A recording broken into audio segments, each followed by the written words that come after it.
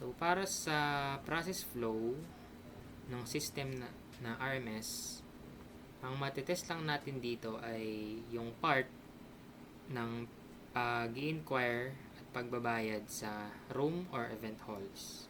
So, start natin.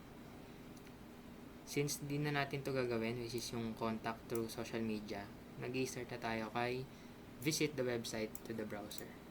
Hintayin natin yan. Yan, ito yung website. And then, sabi, user browse room, event, or house. Guest or tenant. Guest lang muna tayo kasi hindi natin matatapos yung part ng tenant. So, sa guest, do you want to reserve? Yes. Room or event hall? Room. So, dito sa room, pinapapili tayo ng rooms at saka kung gaano katagal sa date. So, gusto ko 1 day lang. Tapos, sabihin natin kay Mercy tayo. Ang sabi kay Mercy, ang ideal guest ay 2. Pero ang max occupancy ay 2 adults and 2 kids or 3 adults. So, try muna natin si 3 adults. Okay, tama naman. 0.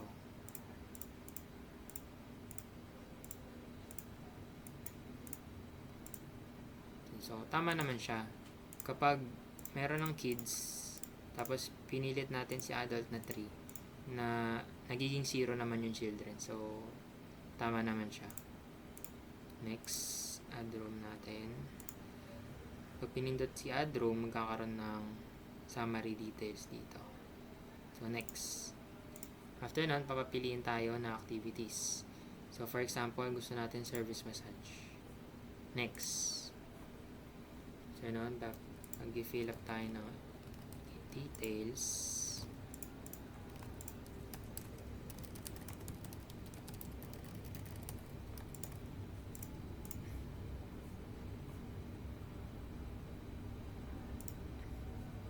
Okay, wala naman naging problema.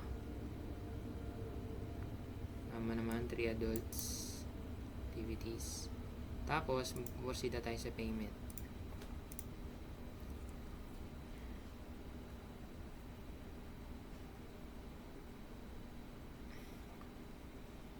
Sa payment, meron tayong credit or debit card, tapos e-wallet. So, try natin si GCash.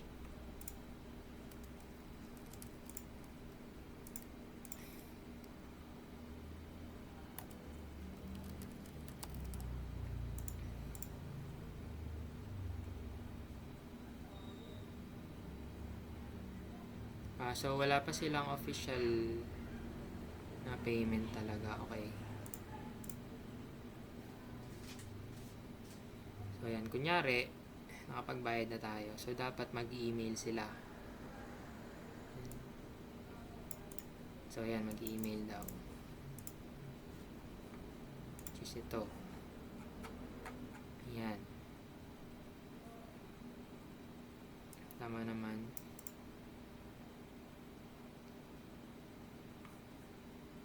So, after nun, choose activities, online payment, wait for admin confirmation. So far, tama naman yung flow when it comes to the room or event hall. Room pala. Tama naman so far. Pero after nun, wait for an admin confirmation pa. So, hanggang dito lang muna tayo. So, next natin itatry ay si event hall.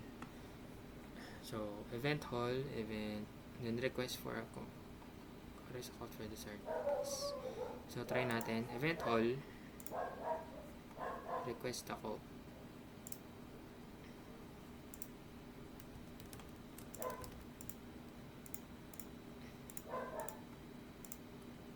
So, okay. So, kahit anong pindutin ko dito, pipili pa rin ako dito. Okay. Siguro mas okay kung isang boto na lang to. Or automatic na kapag pinindot ko to, ito yung default na mapupunta dito. Pero okay lang, minor issue lang naman. So, fill up tayo. Mess hall. 8.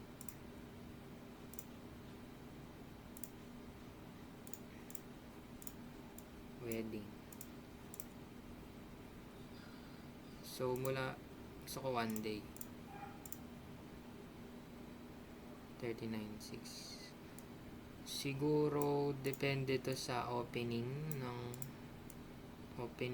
operation time ng Canopy Farm. Try natin hapon. Yan, gumana naman siya.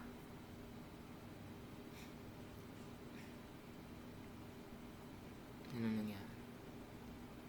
So, nag-submit ata. So, yun, isa pa yung issue na yun na walang confirmation message after ko masubmit. Hindi ko alam kung ano nangyari. Nawala lang yung mga pinag-enter natin. Pero tingnan natin yung email. Diba? And meron naman. So, 1 to 2 business days daw. So far, tama naman yung flow for the event hall. Di lang natin matatry yung online payment kasi 1 to 2 business days daw. And I think itong part na to is kapag nandun na sila sa Canopy Farm. Kasi magche-check-in na sila dito. So, yun lang yung na-test natin mula dito sa visit hanggang sa wait for admin's confirmation. So, tama naman siya. Sa tenant kasi, ang magagawa lang natin is ito lang, spaces. Ang magagawa lang ni tenant ay titingin lang siya ng mga spaces or pwedeng marentahan. Pero wala ditong button na doon talaga siya magre-request. Kukontakin niya lang. Sabi dito. So far, okay naman siya. Bukod dun sa pop-up message after sa quote, request for a quote. Yun lang.